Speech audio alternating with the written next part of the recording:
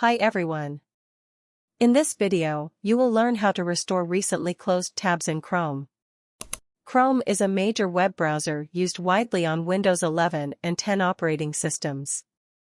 You might work on one of the web browsers and accidentally close a tab, then realize that you closed the tab by mistake. It may even happen you might want to find out which web pages you visited last week. No worries, you have got covered.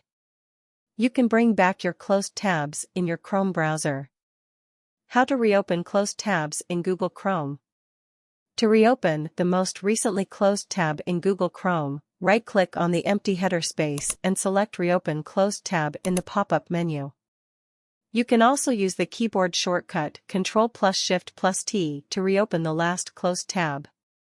Repeatedly selecting Reopen Closed tab or pressing Ctrl+Shift+T will open previously closed tabs in the same order they were closed. If you have visited several web pages on the Chrome browser, you must frequently select the Reopen Closed tab option. So, to quickly find the web pages you visited last week that you want to see again, you can go through your browsing history. To access your browsing history in Chrome, click the three horizontal bars, Customize and Control Google Chrome, in the upper right corner and select History in the drop-down menu.